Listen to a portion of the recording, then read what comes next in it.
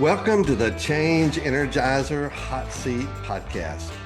This is a place where leaders are dropped into the hot seat to open up about high-stake wins and reveal their trust X factor behind their triumphs. I'm your host, Scott Carley, the Trust Energizer. And today, I want to share some of my experience in building elite high-trust teams. And that's my major topic today. So what is an elite high-trust team? We'll talk about that. When do you need one? We'll talk about that. And then 3 critical drivers that make an elite high-trust team actually work. You know, somebody said years ago, you don't build elite high-trust teams in calm seas. You build them when something meaningful is at risk, when reputations, outcomes, and fractures hang in the balance. And so today, when I address that topic about teams, I'm really going after elite teams, teams that have something big at stake, and they really need to make things happen. So the Walker County District Attorney walked into Mallory's office and said, I've got a 12-year cold case. It's a felony assault. It was the kind of file that gets quietly passed around, unwanted, unfinished, and unlikely to go anywhere. Almost no DNA evidence. Witnesses were scattered. Key players had moved on, changed jobs, aged out, and the suspect flat out denied everything. No one wanted it, but Mallory did. She said, give it to me. My team will dig in. And that's exactly what they did. She assembled her team and asked them for their A game. This was going to be a very difficult case. And they're going to need everybody to work together for all the above reasons. And so for months, they pored over dusty files, chased down forgotten leads, verified timelines, tracked down witnesses who hadn't even thought about the case in over a decade. They operated like a synchronized unit, each person doing their job, checking their blind spots, pushing forward with integrity, clarity, and grit. Mallory was the first chair prosecuting attorney. Philip was second chair.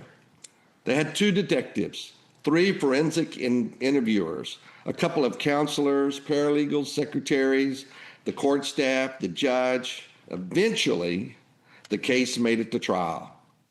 The victim himself would testify. The suspect would be sitting just 30 feet away with piercing, glaring eyes, challenging every word that came out of his mouth. The suspect's wife would testify and cloud all the facts with lies. But licensed and trained counselors would testify about the young man coming to their office, barely able to talk about it for fear of retaliation. I want to say something at this point.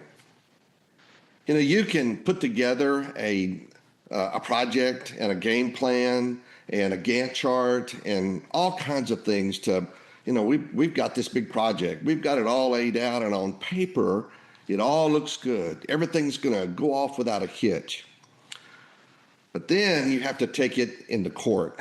You have to take it into reality where everybody is not necessarily on your timeline. And that's what Mallory was going to have to do. All of her team would have to take it to a courtroom with 12 jurors and a defense counsel who would challenge budgets and challenge everything, every testimony, every idea. I know some of you know exactly what I'm talking about. You know, you've got the biggest plan, but then there are people that come up to challenge that plan. Well, for Mallory, everybody had to bring their A game. Mallory was verbally asking each person on her team, can I trust that your motives will be pure and without manipulation? Can I trust your vibe and body language to send the right message? Can I trust your core values to shine through? Can I trust your skill set and expertise will be stellar and above average? And can I trust your track record will be convincing in court? Well, the courtroom was tense. 12 jurors, 12 years of silence. The stakes were monumental, not just for the system, but for the young man whose voice had gone unheard for far too long. And after 2 intense days of trial, the jury deliberated. High-stake challenges create enormous tension within teams because the consequences of failure are massive. You don't get to play small when the stakes are sky high.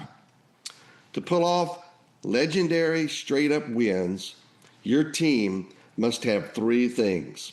People will follow a leader, but they will sacrifice for a visionary. Now, that's a rideable moment.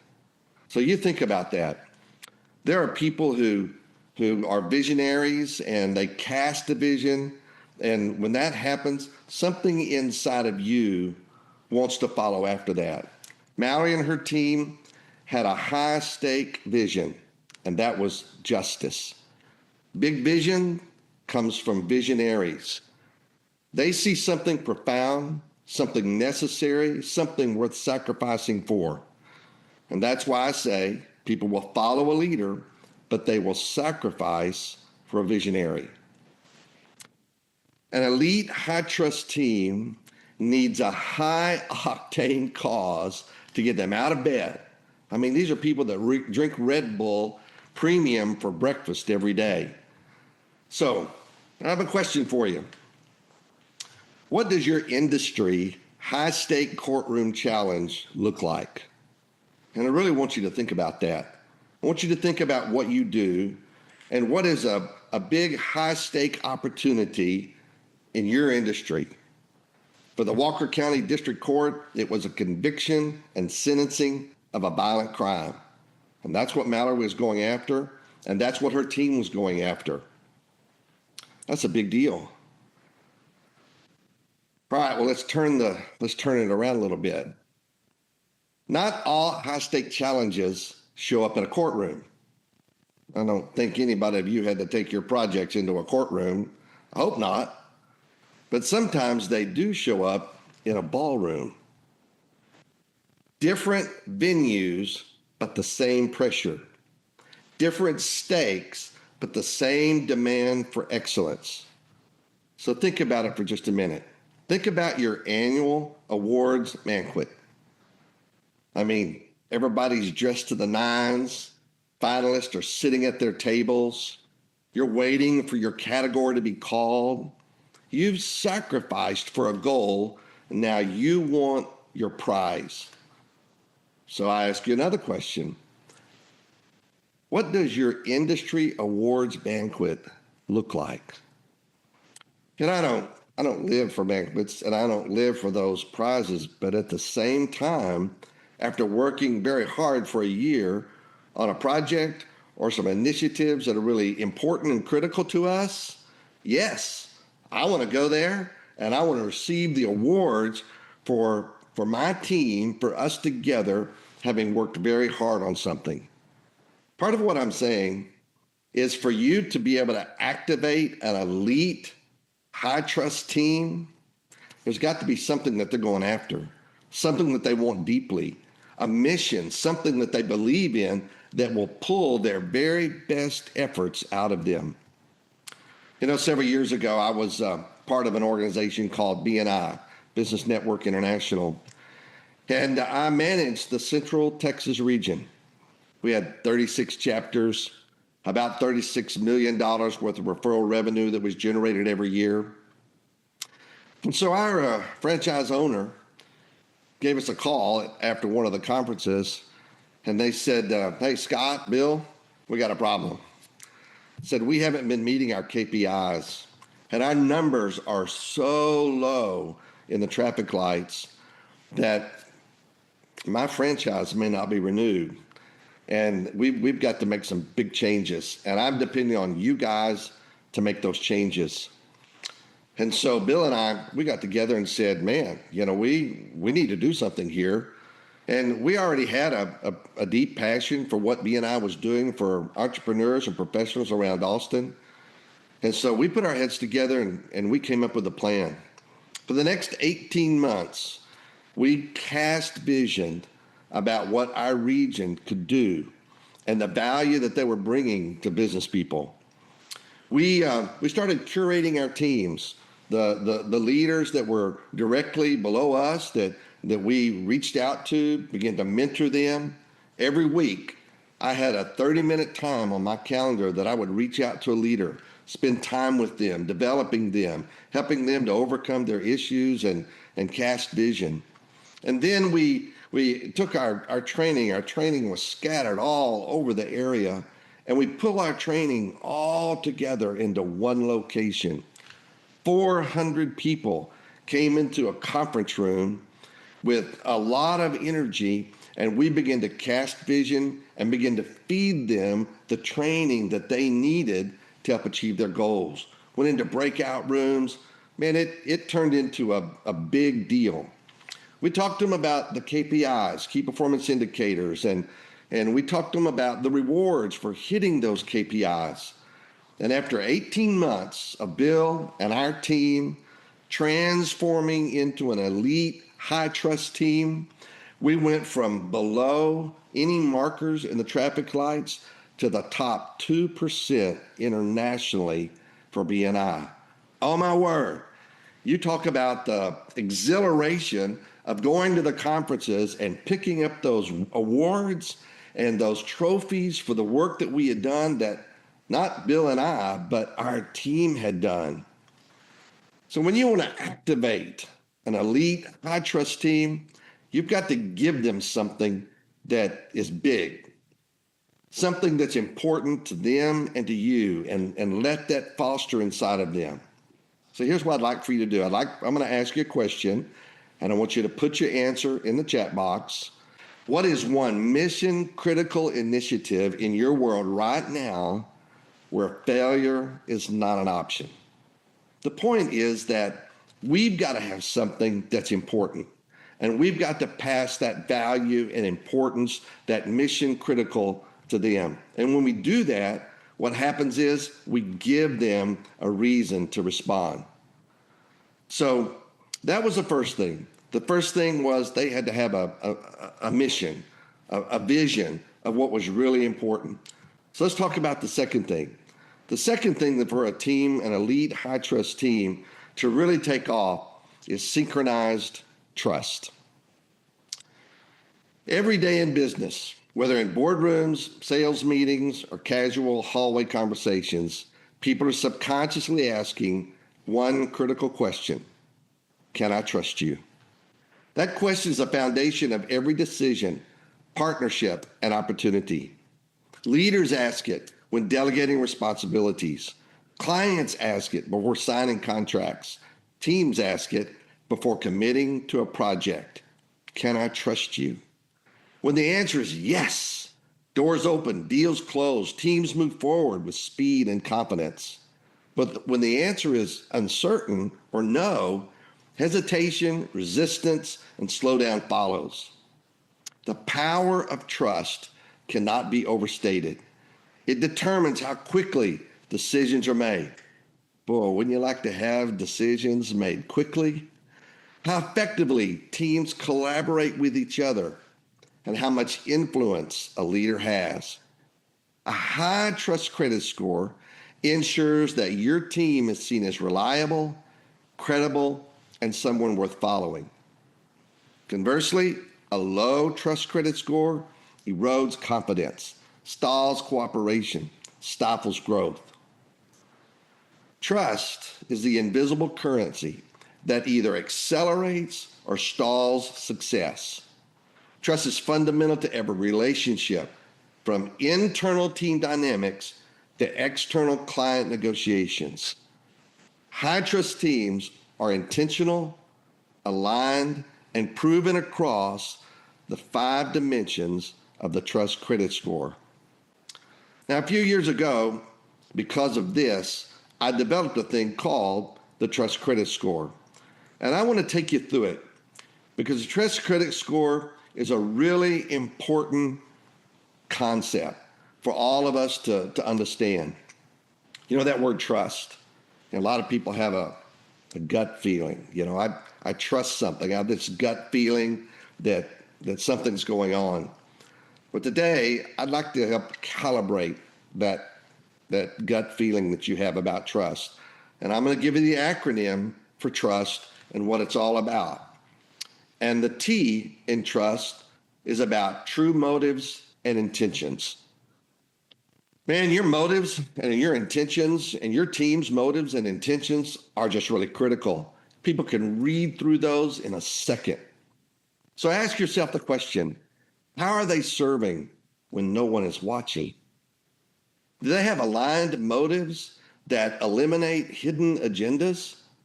Boy, the motives and the intentions for why people are doing the things that they do are important. And when they're tied to the vision and the mission of your project and your organization, then you're going to have higher levels of trust.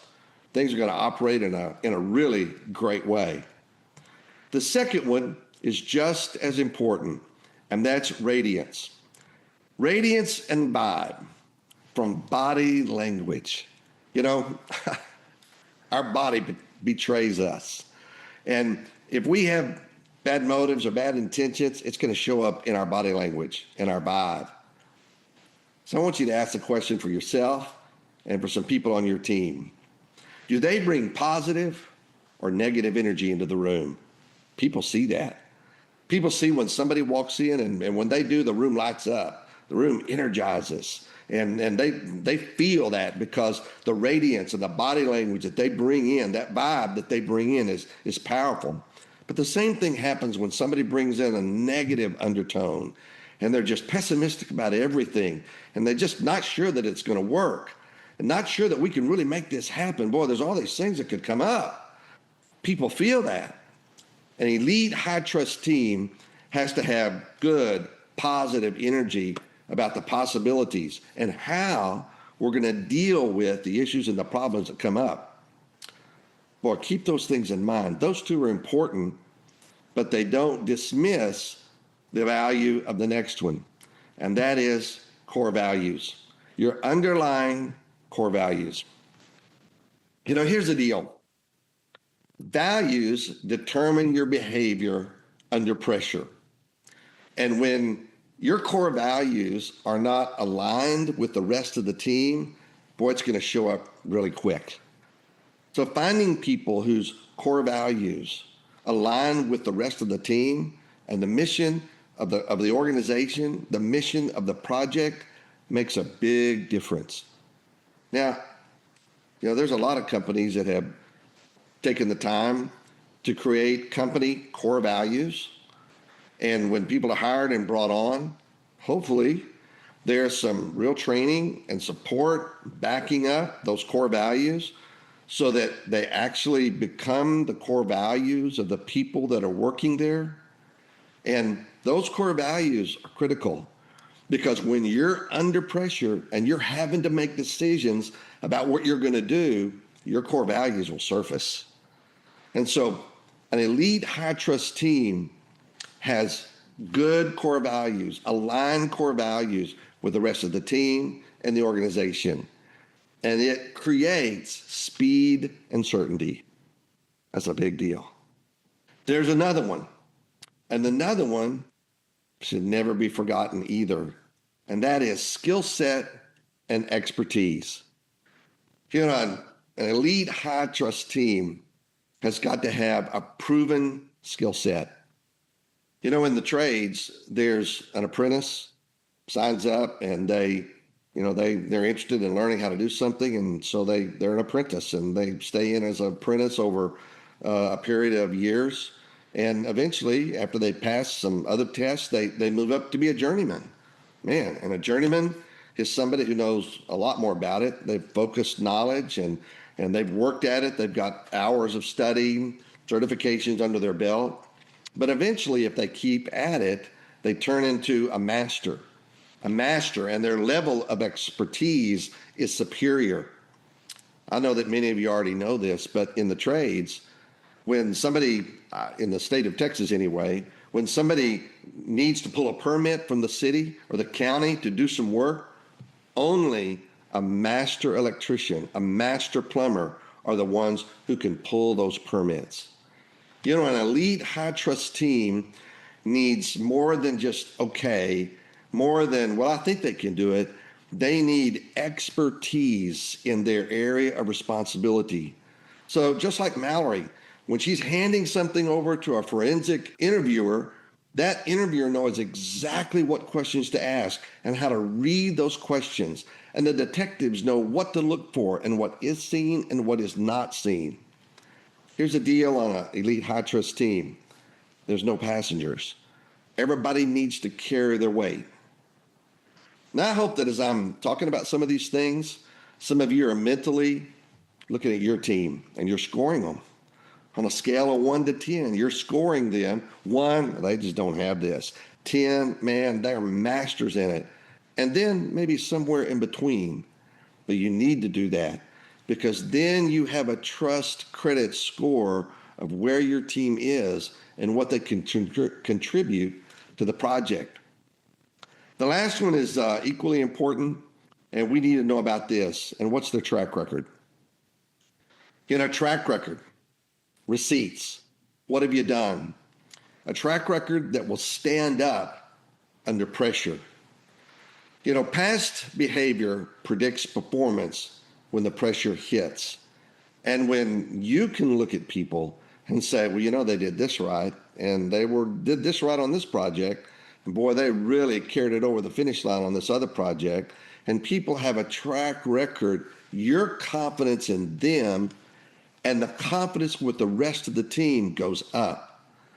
But when somebody's looking around the room and say, man, they've never done this before. I don't know. This is going to be a test to see if they can actually pull this off.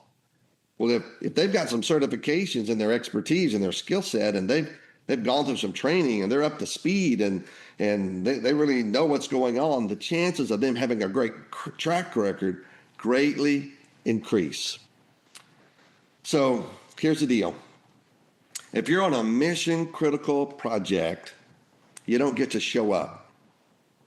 Teams must bring their A game to the game. Elite teams don't aim to just get it done. They need to show up expecting to exceed expectations because the mission demands it. Man, I love working with high trust teams. But I've worked with some that aren't, and you have too. And so I want to ask you the question, which one of the trust factors is most likely to break under pressure? You know, you've been there, haven't you? You knew which one was going to break under pressure because you've been there, done that. Oh my word, that's a real deal. Okay, if you know that's a real deal, then let's be intentional about making sure that they get the training, the expertise, and that they have a track record of having proven themselves in some areas before we turn them loose on a big project. All right, this is a third thing that an elite high trust team needs, and that's high level execution. So first of all, they need a mission. They need a mission that they believe in. Second, they need trust. Mutual trust, synchronized trust with each other. That's important. But the third thing they need is high-level execution. No, you can already tell I'm a person of metaphors. I like to use metaphors to help illustrate what I'm talking about.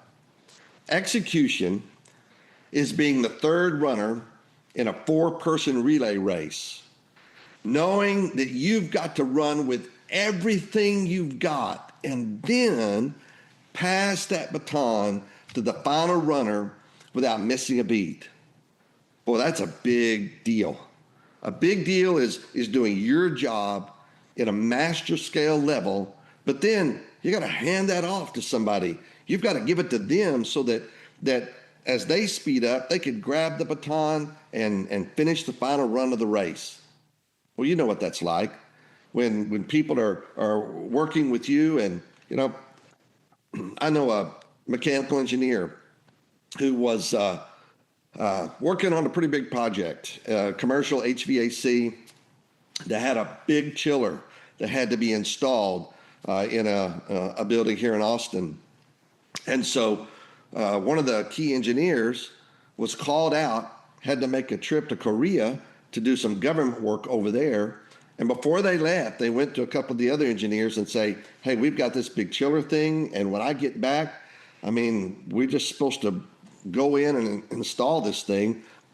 And here are 5 things that I need you guys to do. And you know, here they are, lined them all out. And I need you to take care of that. And so she left.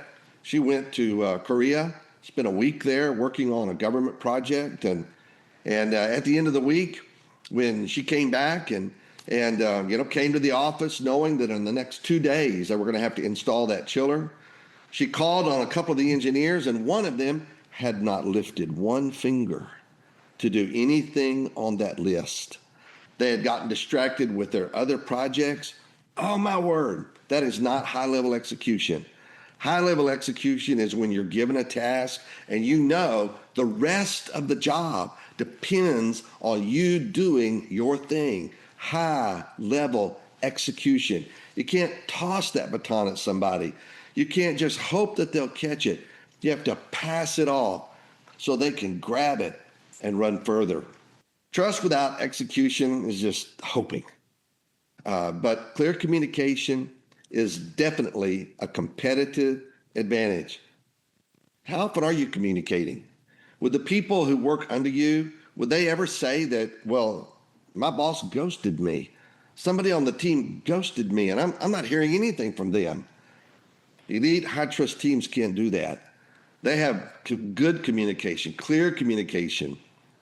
Now, we moved into a new house here about 2 years ago, and when we were building the house, Alex was our contractor, and so we knew that every Thursday at 2:00 we were going to get a 15-minute call from Alex, and it wasn't going to be a long call, 15 minutes. And in that 15 minutes, Alex was going to update us on what was going on. And he did. I mean, from the very first day, hey, Scott, they've cleared the land and they put up the frames. Looks like they're going to, put in the plumbing. They're going to pour the slab. We hope to have that slab poured by next Tuesday. And then the next week, he would say, okay, well, now that they've, gotten all that done, we've got the lumber for the framing to take place, and then they, and that's going to happen. And then somewhere along the way, he said, hey, listen, I got something I need to tell you. We've got some product chains breakdown, and we're not sure that all of your appliances are going to get here on time. So with that supply chain issue being a problem, I'm working on it. But I just want you to know that that's up there. Well, Alex did get it taken care of, but he communicated with us. He communicated with us every step of the way. How much are you communicating up or down with your team? That's important. Roles on a team have to be unmistakable so that people are clear about what's expected out of them, what they're supposed to do, where their job ends and somebody else's starts. KPIs, those things have got to be established before emotions start running hot. Hey, this is what your role, this is what the KPIs are of your role. And so do you understand that? And do you understand how that works and who you answer to? Again, I know I'm preaching to the choir, but this is what makes an elite high trust team competitive and pull things off. Elite execution requires defined ownership, fast feedback loops, and metrics that matter when the stakes are really high. So that's up to you. That's up to you to make those things happen and pull those things off. Execution. When execution breaks down, who owns it? I love that. That's really important, to be clear about execution. And when I see somebody saying, well, it's not my job, I'm not the one who has to do that. That was a wrong answer. The right answer is, I take responsibility for that.